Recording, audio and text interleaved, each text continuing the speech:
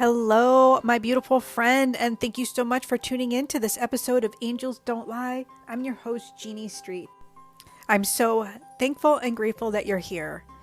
And if you haven't already subscribed to this podcast, please take a minute to subscribe so that you get notified when the newest episodes are released.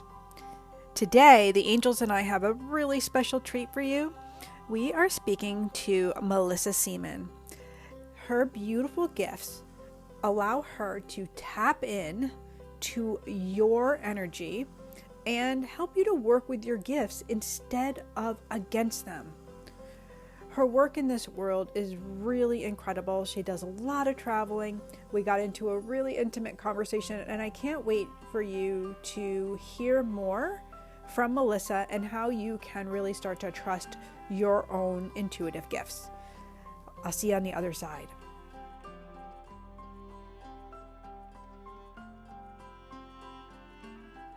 I'm so happy to have you, Mellissa. So happy to be here, Jean. Thanks for inviting me. Yeah, I think we have some mutual friends. I think that's how I came across your work, and I was like so intrigued about this girl who's in the field of like law and being in the logic mind, but is so intuitive and so leading from that place. And I was like, ooh, I want to chat with her. It is a really fun story, honestly, as to how that shifting has happened and how I balance the worlds. Great. So let's just dive in. Tell me a little bit about yourself, like your background, and then, right here, who you are now. Okay, so here's what my soul chose to play with this lifetime. So I was a Stanford graduate. I went to law school. My dad was a judge. So I was like growing up in the courtroom. I even have my cute little scales behind me today. See my cute little scales? I felt like putting them out. And so I grew up in that analytical, clear, pragmatic way. At the same time, I was always an intuitive, creative kid. I was always a really faith-filled Catholic. I was like, helping run retreats from when I was a teenager, and I was the campus minister of my Catholic high school. And I was just really like in love with God, in love with God in the way that it presented, which is inside the Catholic framework.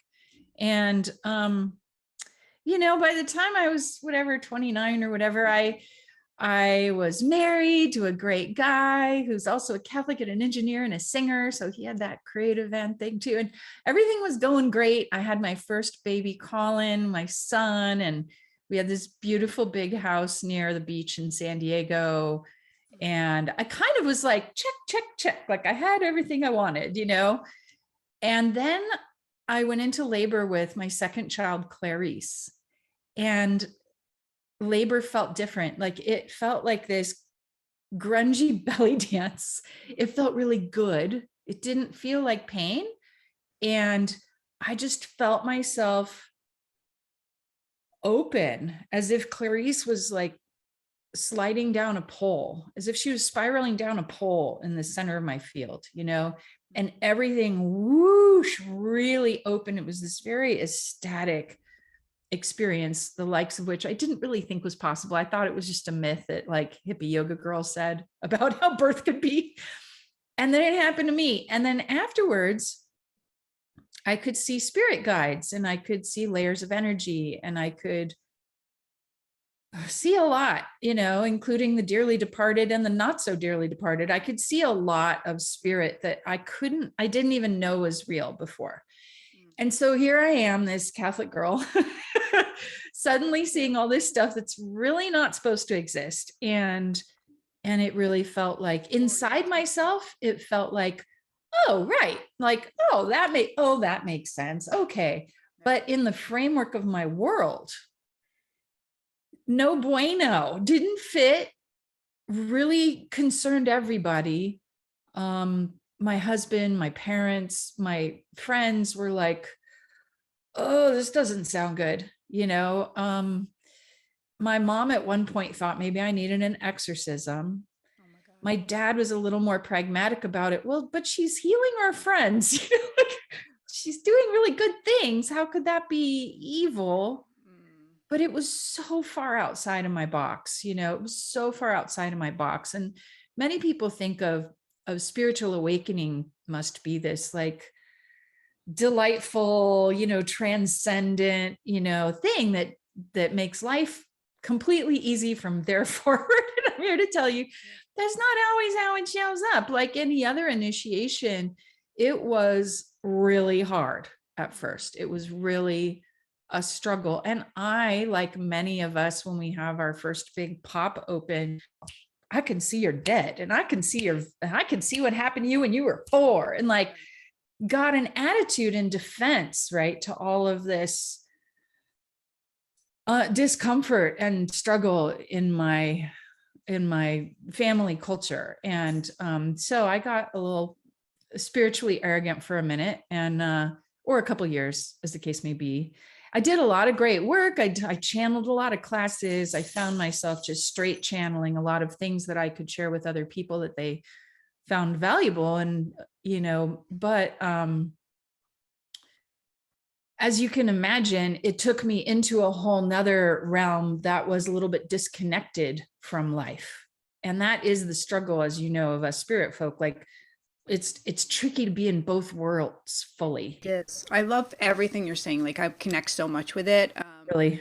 Well, yes, because I came into this world being able to see departed loved ones and not so good ones, right? Right. And then also growing up Catholic, which is you're not supposed to do that. Right. And so I entangled, there was something wrong with me as a child. Like there's something seriously wrong that I'm doing this. I'm not supposed to be doing this. How dare I do this?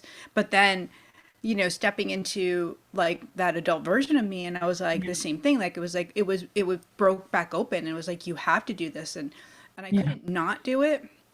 But I love that you said, like, we'll go through like a time where we maybe a little bit more ego. Mm-hmm, totally. Like you have to see it.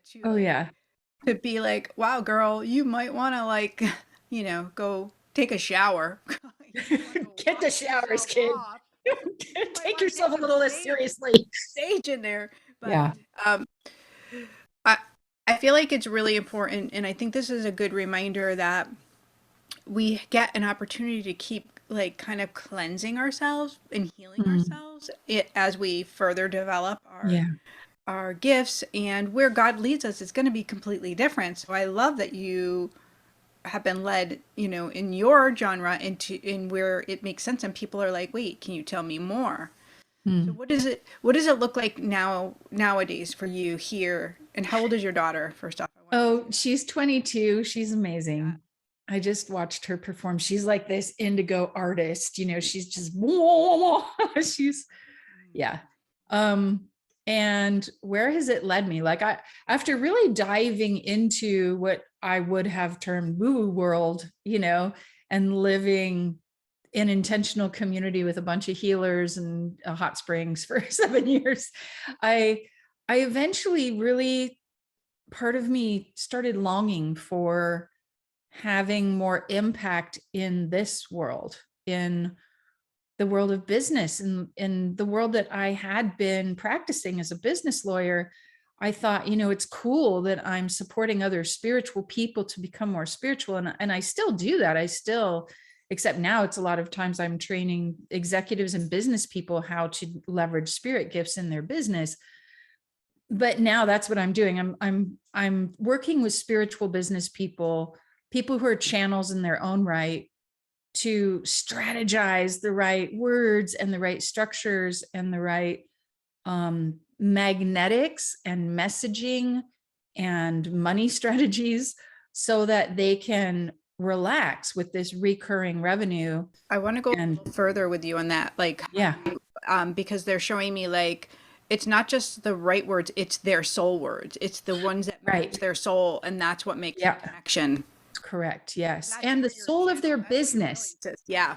So the soul of their business. So I've learned that, yes, it's about my soul, what my soul came here to bring, and of course you and I both know, because we're walking in the soul realms all the time. Like, we're here to do a thing. Usually we came here to do a thing. Yep. The soul came here to do a thing as this personality and to collaborate with the personality. So it's not just a one-way show, like the soul just drives you like a, like a guy riding a horse, but rather it's this collaboration. And so that's, yeah, you're right. Of course, you're right. You're a seer. You can see that what I do is I can see deeply into people and see what their soul's job is here, and then work with their personality to determine, okay, how is the personality going to be willing to do this? Who are the people that the personality wants to work with? How can the soul's purpose be fulfilled fully, which is what, of course, lights up the personality as well, in such a way that the personality is going to make a lot of money and have a lot of fun and connect with the right people. So it's that intersection. And then I've also been realizing the business itself develops its own soul base. It has its own counsels. It has its own reason for being. It has its own life path. Sometimes the soul of the business says, oh, I'm your business for a while, and then you're going to sell me. And I move into the stewardship of other humans. So it's fun to work from the soul level all the way into the most pragmatic levels. I love talking with you about this because it's really unique work. And I call this, in my way of how I work with people, I call it a soul mapping. It's very similar to like astrology, but there's this, energy around the soul that really helps to enliven the parts of them that maybe have been hidden or closed off due to those experiences. So you're a true healer. I really think this is phenomenal, and thank you. really changes our world by helping people to get back in tune with who they are as a soul, instead of us wandering around like that kind of like zombie experience. Fitting, I gotta fit in, or it needs to be done like this. And that is unfortunately common, maybe even usual, for us to sort of, we do what we're told, and we do what we're trained, and we do what's expected. And at some point, our soul's map, our soul's purpose lights up inside of us, and we just say, okay, like it's time. Oh man, I can't not do what I'm here to do now. And that's usually when people find me. And, I often do like this VIP session with them where I do just what you see, which is look into them, see what their soul's map is, what their real plan is, why they really are here now, what the timing has been. Because a lot of people, as soon as they get there, they're like, oh, am I too late? No, it's usually like, no, your guides are like, no, now's the moment. This is the next chapter. And I work with a lot of women in mid years and middle years because we're finally old enough to sort of know better. We give fewer F's, and we're ready to step up into our deepest purpose. And I find that is such a place of power, such a time of power in our lives, even at the same time as we're complaining about menopausal stuff and empty nesting and all the things that go with it. But it's also like that brilliance of like coming into your own, of like, you get to decide now. You don't have to, take care of, or, yes, the caretaking.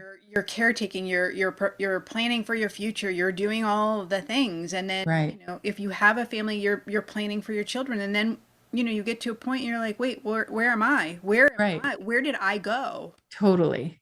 Totally. You nailed it. Yeah. So tell me about like your work, and like what, I know you probably switch it up a lot too, just because as a creative, you can't stay the same. I can see that around you. Like, I'm kind of like that too. It's like, and my team is like, really, Jeannie? And I'm like, no, seriously, we have to fly. Tell me what it's like for you right now, like here. Well, I've managed to create an academy. I call it my Channel Your Genius Academy. And there's about 75 women in there right now, mostly wise women in their middle years. And half of it is the mystery school, where we really walk through the easy, simple practices to keep moving forward in our own spiritual connection with our guides and in your own unique way.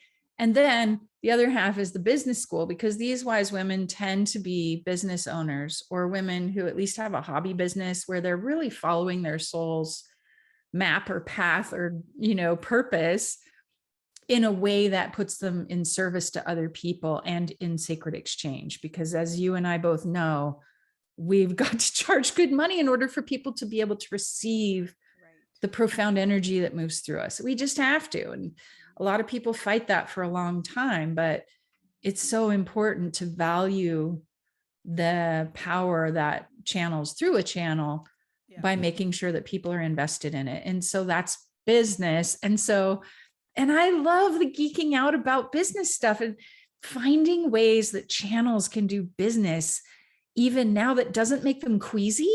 That's like my favorite. So quiz funnels where you have a really fun quiz that gets people attention and shows them your unique way of bridging the worlds and engages in this automatic, profound, deep conversation that changes their lives without you even kind of being there. I love those to create like a steady stream of incoming perfect fit clients. I love speaking like this and helping people learn how to speak with their words, but also with their transmission, which comes pretty naturally to you, to me, but some folks need reminders and some structures. And I have templates and structures and ways to show them here's how you deliver your message such that your perfect clients want to hire you. Right. And here's how you do that while also emanating your power. So they don't have question. They know, I need to work with this person. This is my mentor. This is my next step. And it's unquestioned. That logic stuff in the beginning part of your life really sets you up for the structure in your work, in your field. I know, right? I'm so happy about that now. I know, right? God is so great. Can we talk a little bit about money? Because I think it's really important, and I'm noticing it with the women that come to me that are afraid, or they feel like, well, they won't pay that, or I'm not having clients. So can we talk about money? Yeah. Because I think it's an important thing we don't talk about often as a yes, let's talk about money. Money. Let's talk about money for a minute. First of all, there's this big patriarchal suppressing lie about how spirit work should never be paid for. What a convenient lie. Really? What does that do?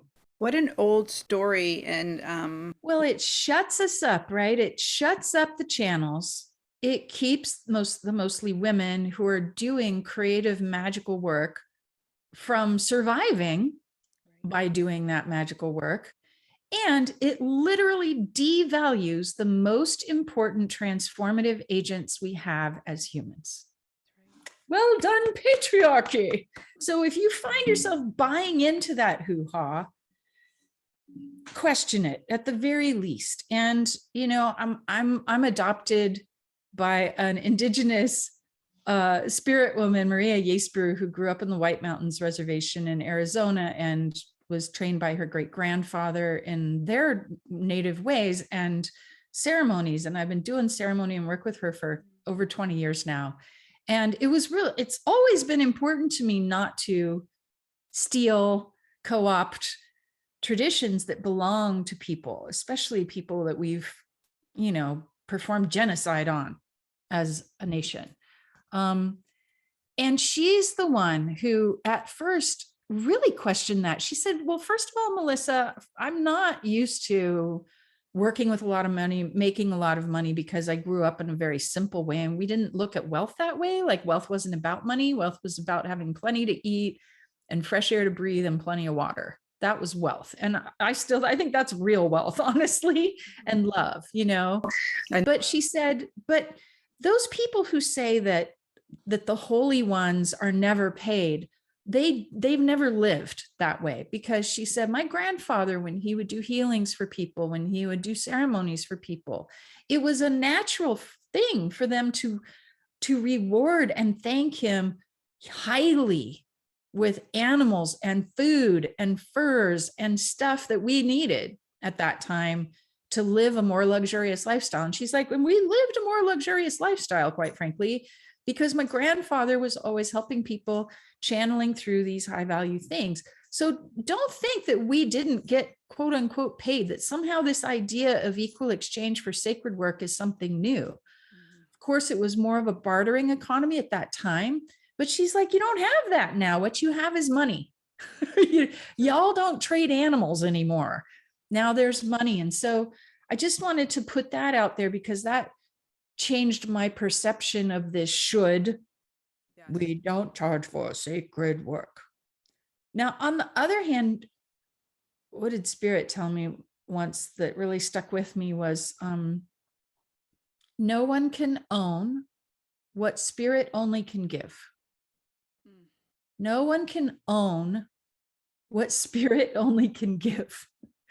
So therefore, what that says to me is, I'm not charging for God. I don't have the only faucet to God. Everybody has access to God. Right. But the way that I channel is worth a lot of money because it has a lot of effects. And so this is what I want to talk about right here, like this level of where it comes to making this decision of that charge, of that fee. Yes. This is something that I believe most women, and I don't think it's men, I think it's women in particular, that get really stuck on that amount, and they aren't going to, because again, like maybe it's the old storyline, or maybe it's their own value of coming from here instead of allowing it to come through Spirit. So I wanted to go into that, like, as you became more sacred attuned to who you are as a soul, it's not about the number value, right? It's more about the God value. It's more about God is showing you of like, here's what needs to move through you in the way of energy, and here's the number in which. Go ahead, I'll let you go. Yeah, I like that. Well, you're coming at it from the God side of like God helping to inform, like, hey, what I'm about to deliver is a really big package, and so put a big number on it, you know. And I've felt that guidance before. I've also noticed that Spirit guides are really crappy at putting prices on things because they don't do money. When you're giving your power away. Well, and they don't do money. They're not physical. So they don't really get it, you know? So they're like, you should charge 88 cents for this. And they're thinking about 88 being this, you know, immeasurable number, but 88 cents is nothing. And they don't get it sometimes. So it depends on your guides. It depends on your system. But what I like to say is prices are based on promises. Promises of what? Promises of results. I don't know about anybody else here, but I pay for results. Right. So if I know that when I come to you, I'm going to, you know, talk to my mom and finally get clear on this one thing that's been keeping me up at night, what's that worth to me? Right. Holy crap. You know, thousands and thousands of dollars, right? Otherwise I suffer with it for the rest of my life. Well, that's not right that you should be charging thousands. Really? Like, but you're delivering the results. So this is where my pragmatic lawyer self kind of gets uppity. I'm like, are you kidding me? Nobody gave me a hard time for charging $250 an hour as a lawyer. And some of that time I'd just be standing in line for somebody for $250 an hour. And now if I charge $2,000 an hour for something that changes someone's life forevermore, somebody wants to get obsessed. Like, come on, you know, most of my clients are repeat clients. So it's clearly we should be charging money for results like in any other business, honestly. You said that. I feel like that. And I think that's what God was showing me. It's like, you know, detach from it being such a physical thing, as if money's physical, as if it's a human and has a problem with you. Detach from it. And like you said, you're delivering a result. You're delivering love. Yeah. You're imparting a wisdom that isn't available anywhere else. And you're reminding them of who they are. You're bringing them to God. You're bringing them to source. And that to me is the result. That's the result. And you're right. And it is, and can people pray themselves? Of course they can pray themselves. Can they talk to their dearly departed, can they talk to their souls? Of course they can. But you know what? It's kind of hard to translate. And so why is it that those who can translate can charge so much money, for an hour? Well, guess what? Nobody's paying you or me for an hour. No one's thinking, this is for Jeannie's hour right now. I'm giving her money for an hour of like, that's not it. They're exchanging value or a sacrifice in the form of money for the result they're going to get in that hour. Or the feeling that they want to have, for the remembrance. And we can't see around our own corners. Here's the truth. I hire people like you true. because I can't see around my own corners. Absolutely. Yeah, of course. So I invest, and that's how I see it. I want a result. I invest and I put love in, and I don't feel it as a sacrifice. I feel it as a duty for my soul to keep emerging and evolving and growing to do that type of work. Totally. And so honestly, it's my straight up spirit work that people pay the most for, which is funny because people pay me $10,000 to do a VIP session where I plan out their whole sacred business based on their soul's map. Okay. And that makes sense, right? Oh, 10 grand so that I can make 10 grand every month. Okay. Makes sense. But I also have people who paid me 100 grand to work with me for a year to do intuitive development, to walk through the 9 life initiations together, to really go and do all the spirit work in upgrades that I can do. $100,000. The first time, I'm remembering, this was like 5 years ago now, I think, the first time that I received a big wire transfer, I think it was $85,000. Somebody had paid me 100 grand a year previously, but it was like in monthly payments, do. But this time she's like, well, I just want to pay the balance off for the rest of the year. And I was like, okay. And I gave her the wiring instructions. And then the email came through that said $85,000 is on the way into your bank account. And I went into this like, and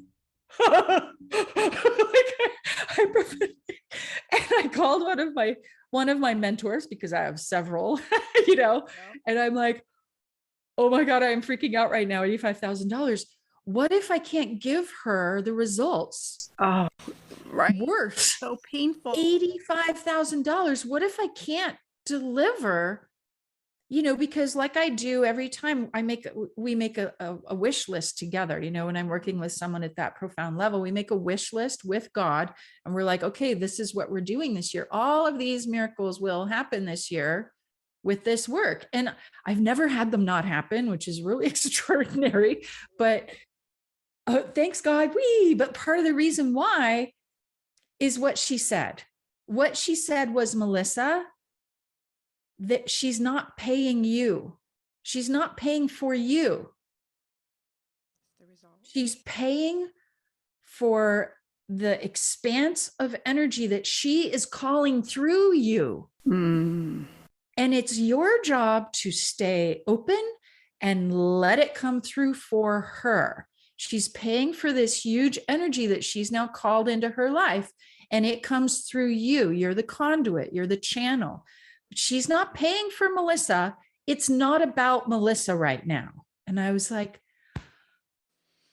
okay, right. Thank you. My job is to be of service to this energy that she's calling through me, and to be its translator, its vessel, and yes, to take care of her through this process, to give her everything that my personality also has as a nurturing, somewhat wise person, to hold her while we do this. But she's not paying for me. I mean, she is part of it, of course. And she's like, this person, if she had paid you 20 grand, could she receive the level of this list? I'm like, nope, it wouldn't seem real. It wouldn't be enough.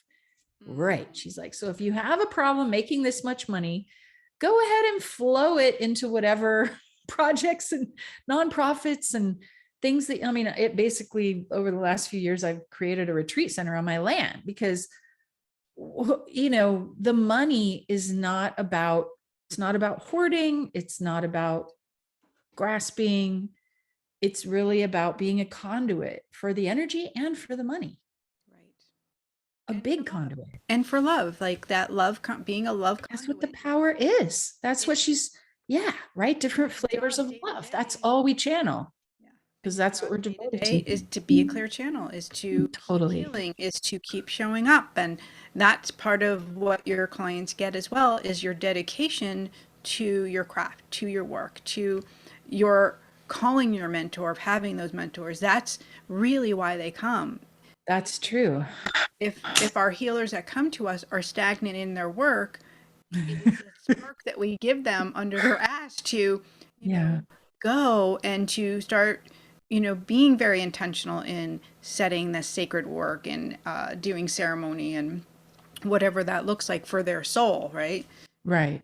It's a reminder, like, this isn't meant to be like a one and done. You're just doing a reading, you're walking away. No, that's not it.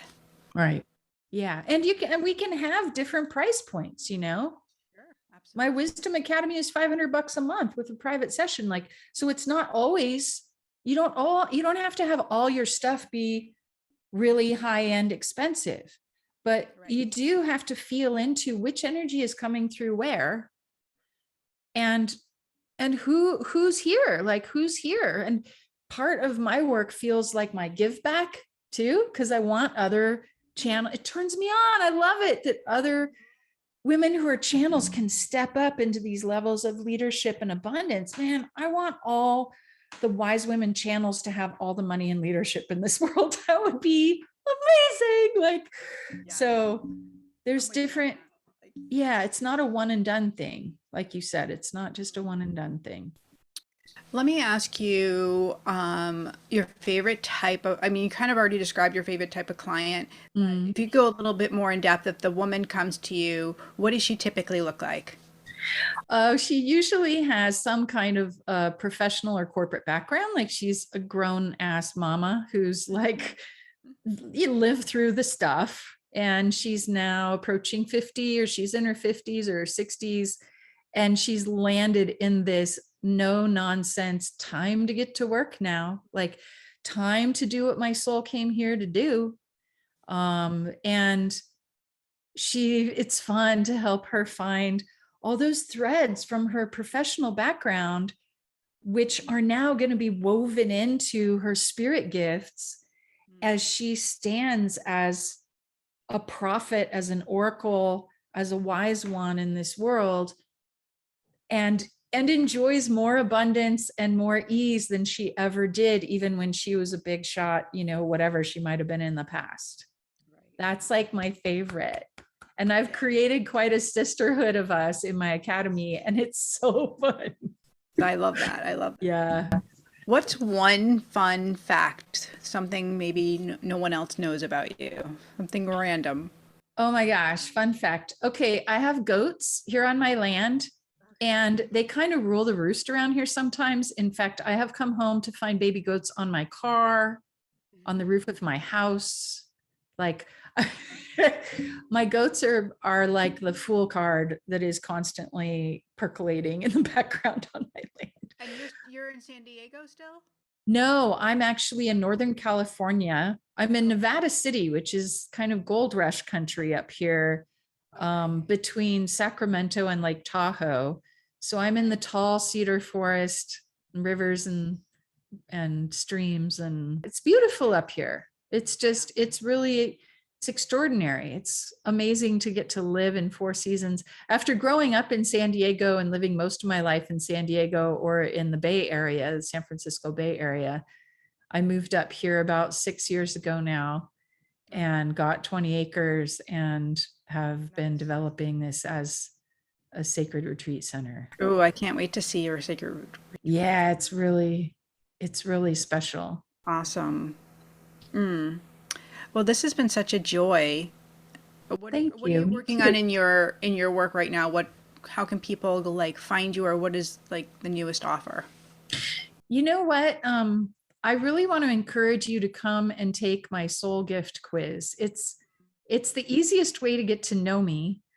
And in just 2 minutes with this little 7-question quiz, you learn what your deepest gift is, what your soul's gift is.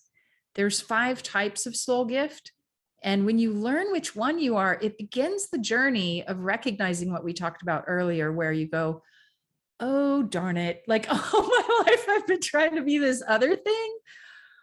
Oh, but this is what I am. Holy mackerel. And then from there, I'll send you emails that with the next steps, learning what type of genius you have, what type of genius channels through you.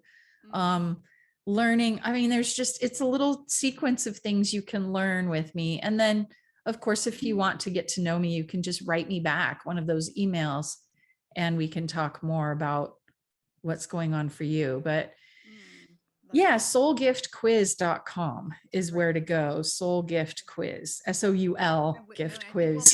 We'll put it in the show notes too. Yeah, totally. Thank you. So easy. Well, thank you so much for hanging out here on Angels Don't Lie. I really appreciate you, and I'm excited for my audience to come and check out your work. Thank you so much. This has been so amazing, and I can tell that you have it going on and that you're channeling so much for your people, even in this field of your podcast. So I'm just delighted to get to saturate myself here and to get to know you. It's been so wonderful. Well, thank you so much. Alrighty, my friend. That was amazing, correct? I mean, Melissa's a lot of fun. We had a great conversation, both on air and off air.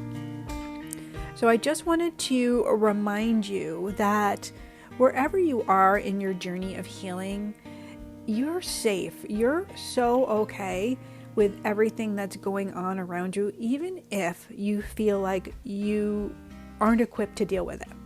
I want to remind you that you are equipped, that God has your back, and you might just need a little support. And that's okay. We're not meant to do life on our own. Just like as you heard with Melissa and I chatting, we shared about our personal journeys and leaning into asking and receiving the help from other people, from outside sources. So if you're feeling like you could use that support, please feel free to reach out and find out about my openings for medium readings and the events that we have going on. We'll put the information in the show notes, but you can always head on over to my website, jeanniestreet.com, and you'll find all the information right there. You can even send me a personal email and I will respond. It's jeannie@jeanniestreet.com. I hope you have a really blessed and beautiful day, and remember that you are loved unconditionally. God bless, and I'll see you in the next episode.